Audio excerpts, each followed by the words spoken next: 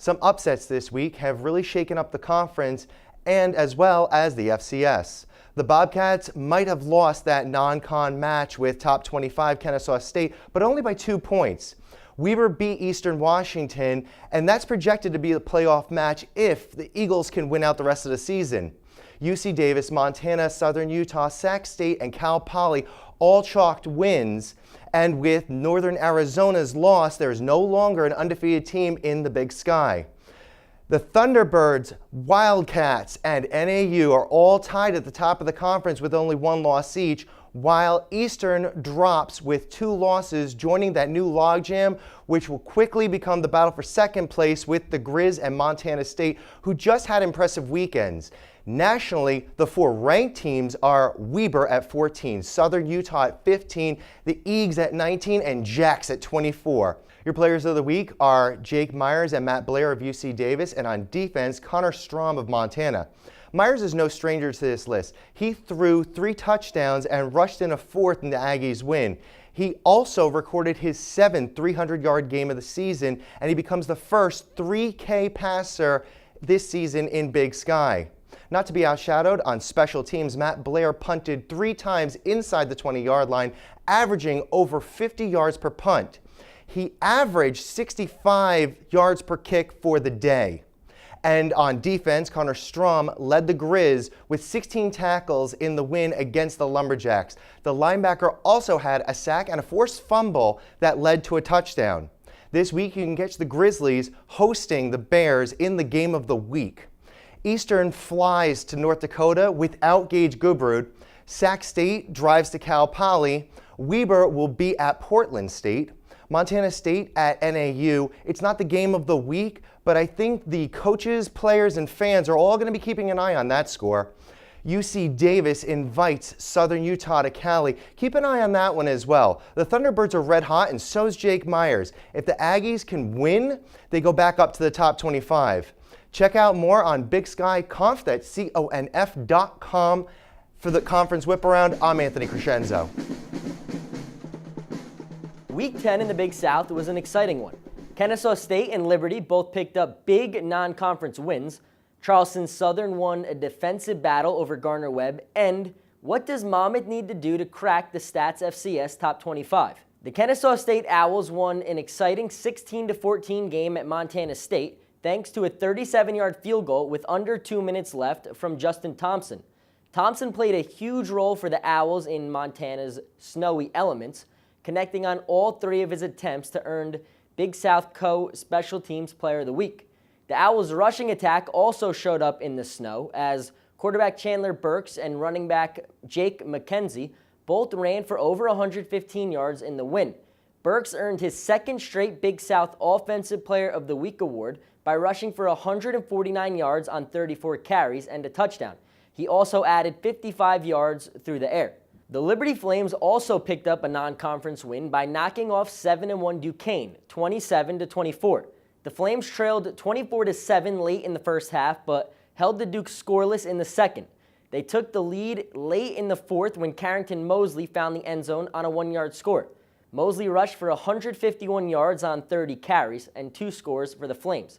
And Stephen Calvert added 211 yards on 23 of 46 and a touchdown through the air. Charleston Southern picked up their 2nd conference road win by defeating Gardner-Webb 10-9 last weekend. The Bucs defensive line dominated from start to finish, holding the conference's leading rusher, Tyrell Maxwell, to just 59 yards. They also kept the running Bulldogs out of the end zone, allowing only field goals. D linemen Johnny Robinson and Anthony Ellis both lived in the backfield all day. Robinson had 5 tackles, 2.5 for a loss, and 1.5 sacks, while Ellis had 12 tackles, a Big South single-game record 5.5 for a loss, and 2.5 sacks, earning his 2nd Conference Defensive Player of the Week award of the season. Monmouth defeated Presbyterian 42-21 to remain undefeated in conference play. After being tied at 14 at the break, the Hawks used a big 3rd quarter to pull away. For Monmouth, QB Kenji Bahar threw for 165 yards and a touchdown, but also threw 3 interceptions. The big day for the Hawks came from Peter Guerrero, who ran for 153 yards on 21 carries and a touchdown, earning him his 2nd Rookie of the Week award. Before we head into Week 11, let's check out the updated standings. Monmouth joins Kennesaw State at the top of the leaderboard at 3-0 with 2 weeks left. Charleston Southern is right behind them and still very much alive at 2-1. Liberty is 4th at 1-2, while Presbyterian and Gardner-Webb are on the bottom, both winless in conference play at 0-3. 3-6 Presbyterian will play their second straight on the road this week as they head to Liberty to take on the 5-4 Flames. The Blue Hose have been blown out in back-to-back matchups and are still looking for their first conference win. The Flames lead the all-time series 10-4 and have won 8 straight. 1-8 Gardner-Webb travels to Monmouth to take on the 8-1 Hawks. Monmouth comes in riding a 6-game winning streak while the Runnin' Bulldogs come in losers of 4 straight. The Hawks lead the all-time series 2-1 and should be heavy favorites to win this one at home. Although he threw 3 picks last week, Kenji Bahar has been hot, throwing for a touchdown in 7 straight games. And if he's not on, he can turn and hand it to either of his stud freshman backs, Peter Guerrero or Eric Zakori. The only thing that could hurt Monmouth against the upset-minded Bulldogs is if the Hawks are looking forward to their matchup against Kennesaw State next week, in a game where both teams can be undefeated with a conference championship on the line. Speaking of Kennesaw State, the 8-1 Owls are back at home this week and will host the 5-4 Charleston Southern Bucks. The Owls' most recent win moved them from 25th to 23rd, according to the Stats FCS Top 25. This should be the game of the day in the Big South as Kennesaw State is in the driver's seat to win the conference with their final 2 games at home. But the Bucks should not be overlooked. Charleston Southern is the 2-time defending champion and were the preseason pick to win the Big South. They still have an outside shot at their 3rd straight title, but will need some help. If they want to move to 3-0 all-time against the Owls and hand them their first conference loss, their defensive line, led by Johnny Robinson and Anthony Ellis, is going to have to dominate again and stop 2-time defending Offensive Player of the Week Chandler Burks. If both Kennesaw State and Monmouth win and move to 4-0, it will set up a winner-take-all matchup with the conference championship on the line down in Georgia next week. That's all for this week in the Big South. Come back next week for all the results and more. For the FCS Conference WhipAround, I'm Frank LaSalle. In a week that had very predictable outcomes, we also had some games with some surprisingly exciting finishes in the Colonial Athletic Association. Taking a look at the standings, top-ranked James Madison and 7th-ranked Elon are tied at the top at 6-0. 12th-ranked Stony Brook sits right behind them at 6-1. Delaware and 18th-ranked New Hampshire are both 4-2. Richmond is 3-3, Maine is 3-4, Villanova is 2-4, Albany, Towson, and Rhode Island are 1-5, and William and Mary is winless. Delaware was able to pull away late to beat Maine 31-17. The Blue Hens got strong performances out of Troy Reeder, who had 17 tackles, and Joe Walker, who ran for 55, received for 68, and threw for 42 yards.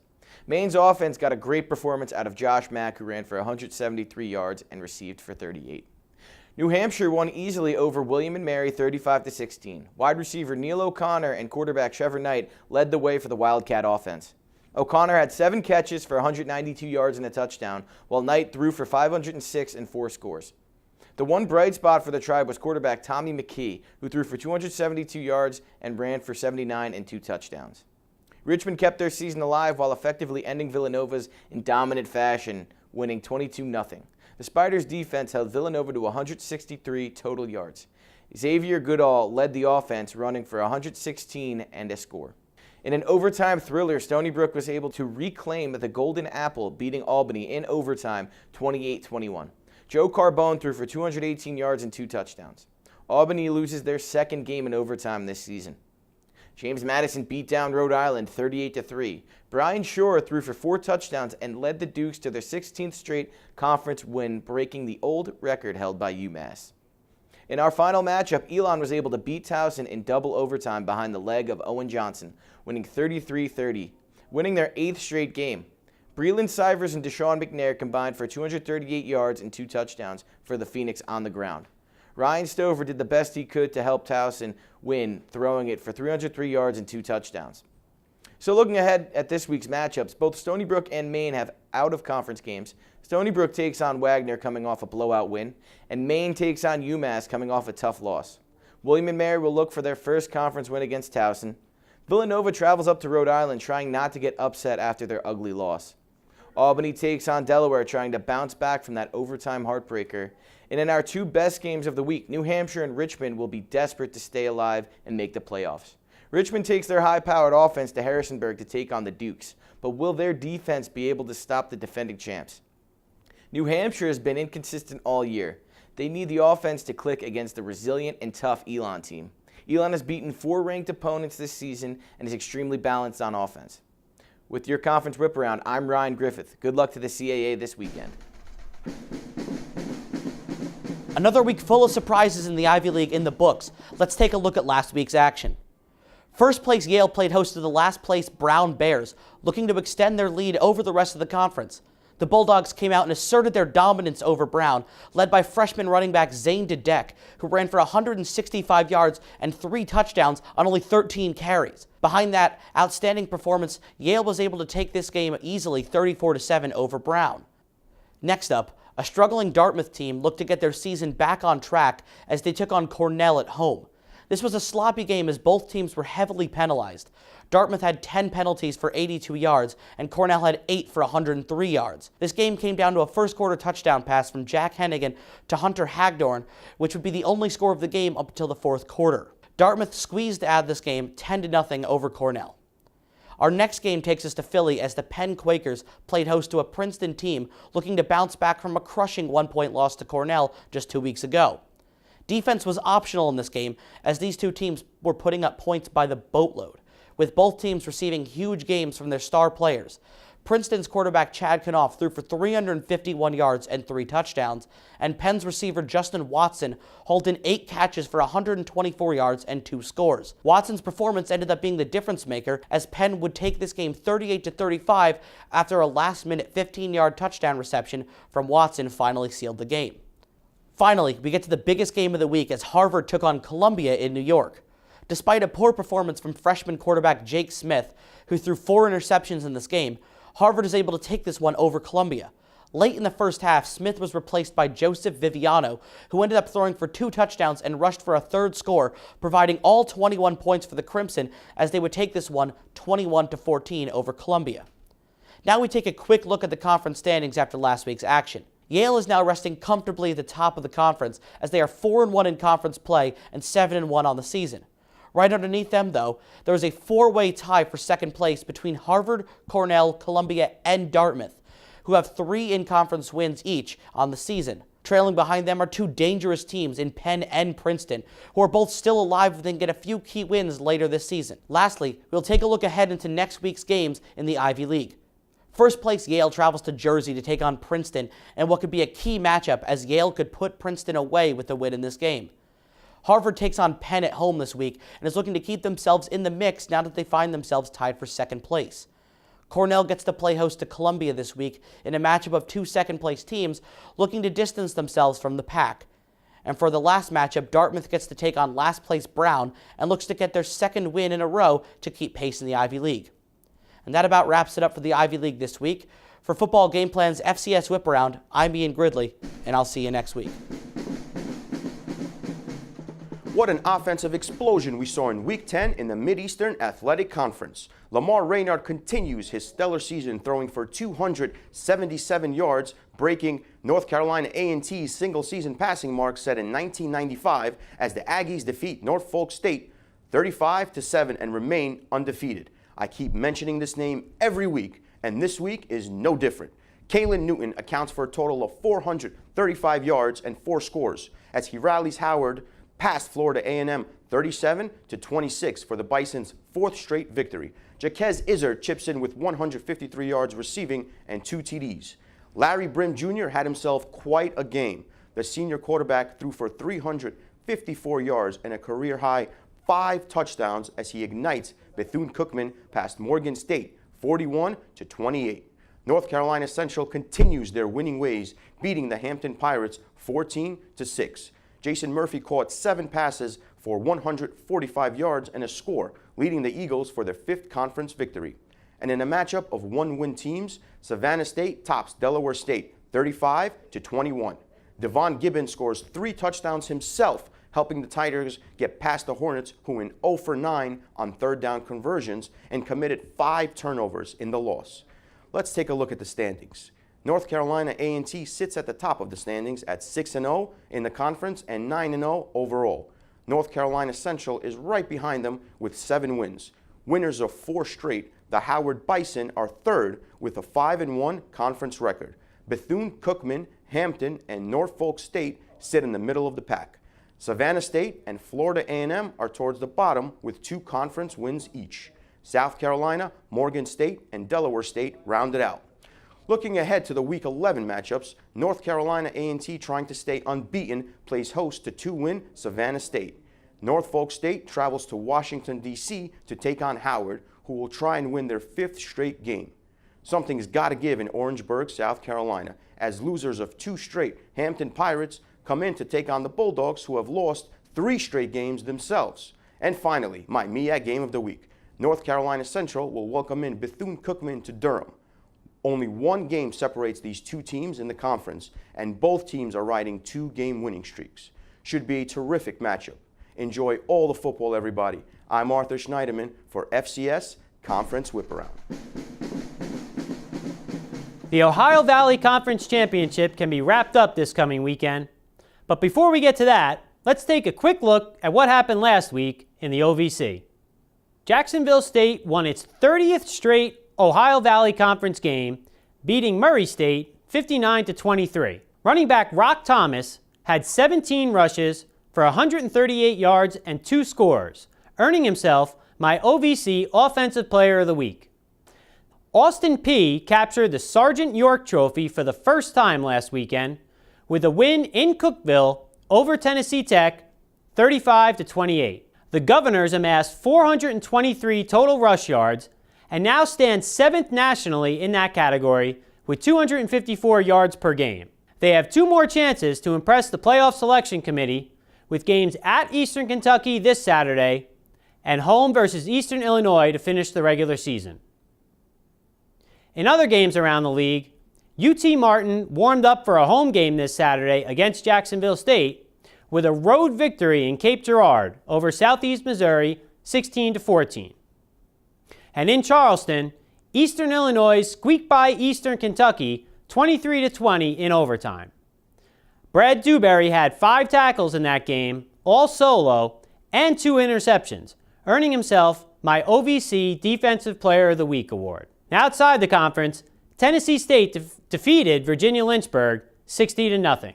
A quick look at the standings showed Jacksonville State on top and with a chance to claim its 4th straight OVC title with a win over UT Martin this Saturday. Now, no team has won 4 straight Ohio Valley Conference championships since Eastern Kentucky from 1981 to 1984.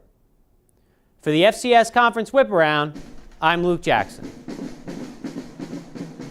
After a week that saw 2 top 10 teams in North Dakota State and South Dakota lose, here are the stats FCS conference standings with 2 weeks to go. North Dakota State is on top at 5-1, followed by a 4-way tie for second with South Dakota State, Illinois State, and Northern Iowa all at 4-2.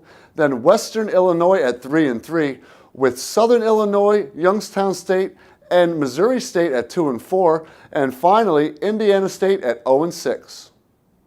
Let's look at Week 11 by heading to Indiana State, where the Sycamores host Western Illinois.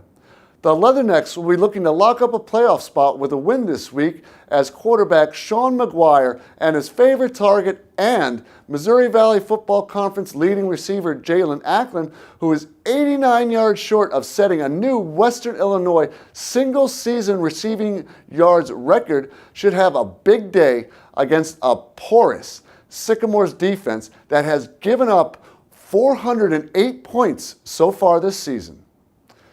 Next to Missouri State, where the Bears host number 25 Northern Iowa. The Panthers will be looking to secure a playoff spot with a win this week, but it won't be easy as the Bears are coming off 2 straight conference victories. Off to Southern Illinois, where the Salukis host Youngstown State as both teams try to keep their playoff hopes alive. Heading to South Dakota State, where the number 6 Jackrabbits, coming off their upset win against North Dakota State, host number 17 Illinois State in a battle to keep each team's conference title hopes alive. The Redbirds will bring in their two-pronged running attack of Robinson and Smith, who have carried this team all year against a tough Jackrabbits defense that forced 5 turnovers against the Bison last week. The key to this game, though, will be the ability of the Redbirds defense to stop the high-powered Jackrabbits offense. If the Redbirds can contain and hurry Jackrabbits quarterback Christian, then the Redbirds should be in great position for the upset. And finally, in another top 10 matchup, number 5 North Dakota State hosts number 10 South Dakota in a battle for the conference title.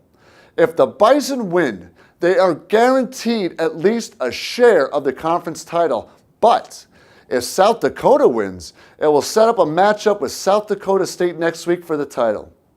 The Bison, coming off their upset loss, have to protect the ball better as they gave up 5 turnovers that cost them the game. They will have to rely on the 3-headed running attack of Dunn, Anderson, and Brooks in order to keep the ball at a South Dakota's dual-threat quarterback, Chris Strevler's hands, who has been by far the best quarterback in the conference with his 21 passing and 8 rushing touchdowns. If the Bison can't keep grinding out those tough yards and eating up the clock, Strevler will have a huge game on the Yotes' way to the upset. For the Missouri Valley Football Conference on Football Game Plan's FCS WhipAround, I'm Brian Sullivan. With just 2 weeks left in the football regular season, the drama is all but over in the Pioneer League, with San Diego taking their place at the top of the standings. But, as the saying goes, games aren't played on paper. So let's check out the scores from Week 10. Butler took care of business on the road, beating Stetson 23-6. Tucker Yinger led Dayton to a convincing win over Marist 36-17. Campbell took down Davidson 42-29 on the back of Daniel Smith, who ran for a very impressive 289 yards and 4 touchdowns. Jacksonville got by Valparaiso in a close game 20-17, led on defense by Trevor Tufano, who recorded 10 tackles, a sack, and interception in the end zone and forced 2 fumbles to earn Defensive Player of the Week honors. And the big game of the weekend, the Toreros took care of business as San Diego ran all over Drake 45-15. With their win last week, San Diego is guaranteed at least a share of the Pioneer League title, but can win outright with just 1 win in their last 2 contests. Campbell, Jacksonville, and Drake will be hoping for a slip-up by the Toreros as their only shot at making the FCS playoffs. Looking ahead to next week, the Eagles of Morehead State will travel to Tenney Stadium to take on Marist. Stetson will look for a second conference win as they travel to Jacksonville. Butler will host Valparaiso in Indianapolis. And San Diego will look to punch their ticket to the postseason as they take on Davidson. But this week's featured game will be at Barker Lane Stadium as 2 teams with 2 conference losses face off an elimination game for the playoffs when the Drake Bulldogs take on the Campbell Camels. For the FCS Conference WhipAround, I'm David Hassagen. With only 2 weeks left in the NEC schedule, it has all come down to one game this coming Saturday to decide who gets an automatic bid to the FCS playoffs. But first, let's see how we got there. St. Francis had a chance last Saturday to create a little bit of a cluster at the top of the conference. But Central Connecticut was having none of it in New Britain as they used a 14-point fourth quarter advantage to defeat the Red Flash by a score of 28-10 and set up the face-off this weekend with Duquesne for the NEC title. The Blue Devils defense held St. Francis to a season-low 123 yards of total offense, and Najee Brown recovered a fumble in the end zone to seal the victory. Duquesne will come into the game with Central Connecticut off of a tough loss at Liberty last Saturday, as the Dukes blew a 24-10 halftime lead and lost 27-24 in Lynchburg, Virginia. A.J. Hines had a monster game for the Dukes, rushing 25 times for 253 yards and 2 scores, and earning himself my NEC Offensive Player of the Week honors. The loss ends any chance Duquesne had of receiving an at-large bid to the playoffs, but they can still earn their way in with a win over Central Connecticut on Saturday. In other games around the conference, Bryant outlasted Sacred Heart 48-45, as Kevin Duke set a Sacred Heart record with 429 passing yards And Bryce Wilson tied an NEC record with 6 touchdown throws, 3 of which went to Tom Kennedy. And finally, Wagner picked up his first conference win of the year with a 27-7 victory over Robert Morris.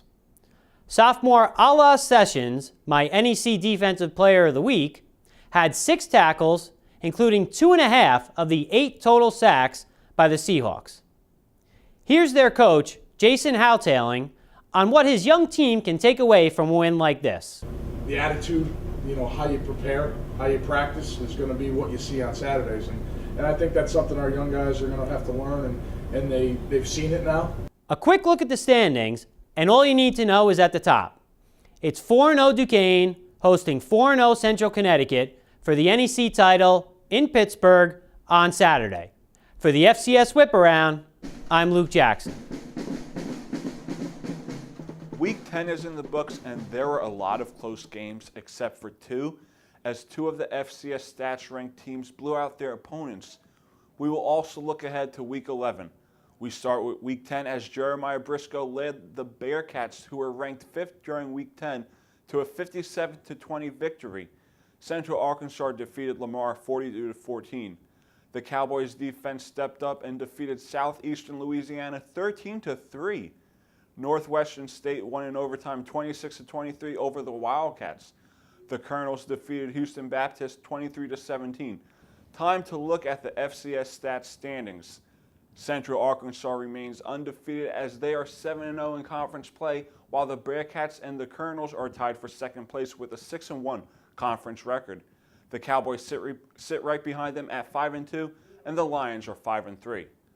We look ahead to Week 11 as Jeremiah Briscoe looks to continue his good play at quarterback this season.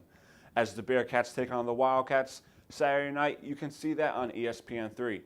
Central Arkansas looks to remain undefeated in conference play as they take on the Cardinals. The Colonels take on Stephen F. Austin, and 2 1-8 teams take on each other as Lamar and Houston Baptist will go at it. But the game I'm looking at is the Cowboys and Demons. Again, I like the Cowboys defense. As I said the past 2 weeks, they did a great job last week holding the Lions to a field goal, and this was a week after they gave up 47 points to the best team in the conference, Central Arkansas. For the FCS WhipAround, I'm Doug Saraba. Let's take a look at last weekend's matchups in the Patriot League. Lehigh beat Bucknell 42-21. Holy Cross defeated Fordham on the road 42-20 to win the 2017 Ram Crusader Cup. And Lafayette squeaked by Georgetown 7-0. Let's take a look at the current standings. Colgate and Lehigh and Lafayette are all tied at 3-1. Holy Cross just behind them at 3-2. Fordham at 2-3. Bucknell down at 1-3, and Georgetown at the bottom at 0-4. With only 2 weeks remaining, the stakes in the Patriot League are at an all-time high this Saturday. Georgetown visits Bucknell at noon in this matchup of the bottom 2 teams in the conference. Before the game, the Bison will be honoring and celebrating their 19-man senior class on Senior Day. Georgetown is coming off a shutout loss to Lafayette, and they need to pump up the offense if they want to win this battle.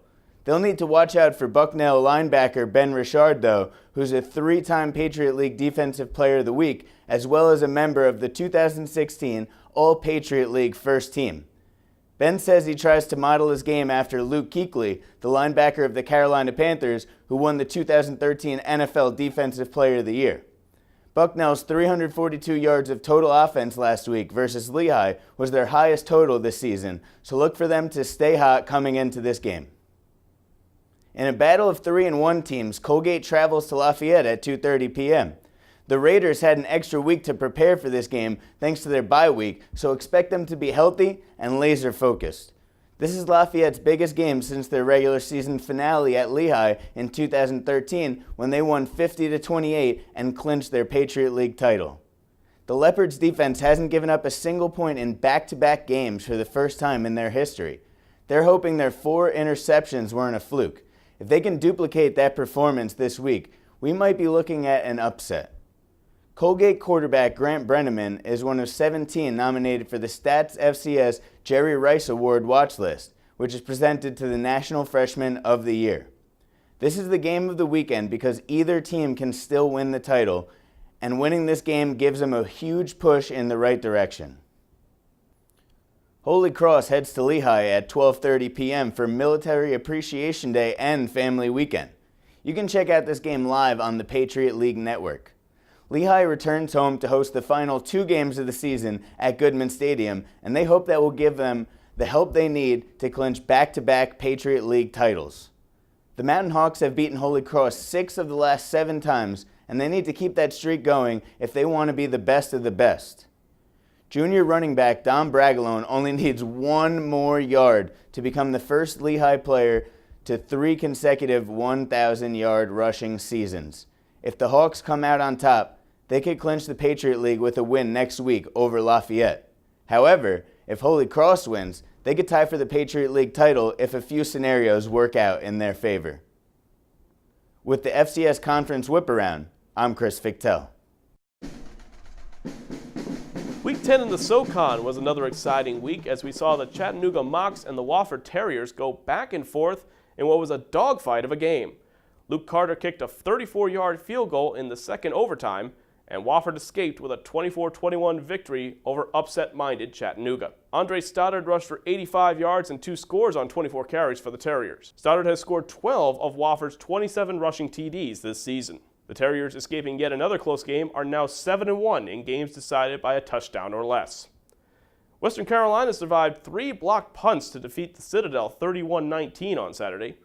Tyree Adams passed for 133 yards and 3 touchdowns for the Catamounts. Detrez Newsome ran for 197 yards on 24 carries. This was his second straight 100-yard game since returning from injury. East Tennessee State beat winless VMI 24-6 behind Fallon Lee's 93 rushing yards and a touchdown. Sanford versus Mercer turned out to be a one-sided affair as Devlin Hodges threw for 367 yards and 2 touchdowns, and the Bulldogs defense shut down Mercer 20-3. Looking at the standings, Wofford, Furman, Western Carolina, and Samford all sit comfortably atop the conference after wins this past week. Mercer and the Citadel are still trying to keep pace in the conference, but it may be too little, too late for either squad. Wofford can clinch a title and automatic playoff berth if they can win next week. Taking a look at the Week 11 schedule, Wofford looks to continue their momentum toward the playoffs as they take on winless VMI. Mercer and Western Carolina clash as Mercer is hoping for an upset win to keep their playoff hopes alive. The Citadel looks to play spoiler as they travel to the Paladins of Furman, and Sanford hopes to improve their chances of making an at-large bid as they welcome the Bucks of East Tennessee State. For the SES Conference WhipAround, I'm David Hassagen. Week 10 in the SWAC featured a full slate of high-scoring conference games. Texas Southern took down Mississippi Valley State 38-21. Alcorn State defeated Alabama A&M 47-22. P.J. Simmons ran for over 170 yards and 2 touchdowns in that one. In what was the lone defensive game of the week in the SWAC, Alabama State defeated Jackson State 13-3. 13th ranked Grambling State squeaked past Arkansas Pine Bluff 31-26. And finally, the Week 10 game of the week in the SWAC, Southern U came out victorious against Prairie View A&M in a shootout 37-31. Jaguars quarterback Austin Howard threw for 405 yards and 4 touchdowns.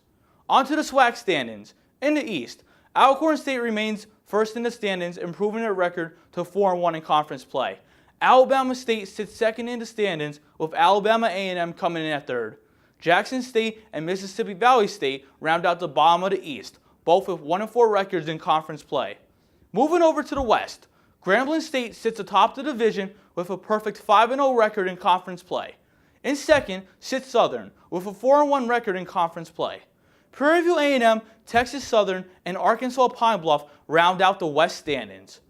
Week 11 in the SWAC once again features a full slate of conference games. Jackson State takes on Alabama A&M. Grambling State goes on the road to take on Alabama State. Southern U is looking to keep things rolling against Texas Southern. The SWAC Week 11 game of the week features Arkansas Pine Bluff going up against Prairie View A&M.